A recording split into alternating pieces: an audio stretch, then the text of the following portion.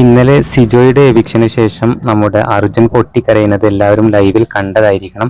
ഒരുപക്ഷെ ഇത്രത്തോളം ഒരു ഫ്രണ്ട്ഷിപ്പ് അവരവിടെ സൃഷ്ടിച്ചിട്ടില്ല എന്നുള്ളതാണ്.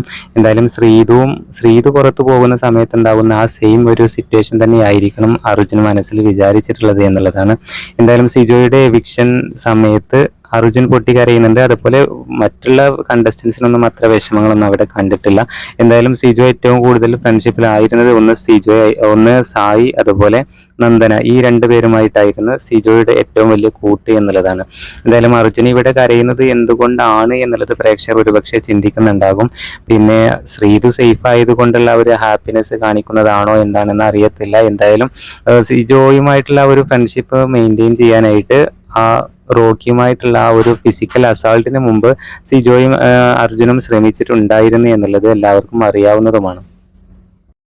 എന്തായാലും അർജുൻ്റെ ഈ ഒരു സിറ്റുവേഷനെ കുറിച്ച് നിങ്ങളുടെ അഭിപ്രായം താഴെ കമൻ്റായിട്ട് അറിയിക്കണേ. അതുപോലെ ബിഗ് ബോസ് സീസൺ 6 പുതിയ അപ്ഡേറ്റുകൾക്കായി നമ്മുടെ ചാനൽ ഒന്ന് സബ്സ്ക്രൈബ് കൂടെ ചെയ്യാം.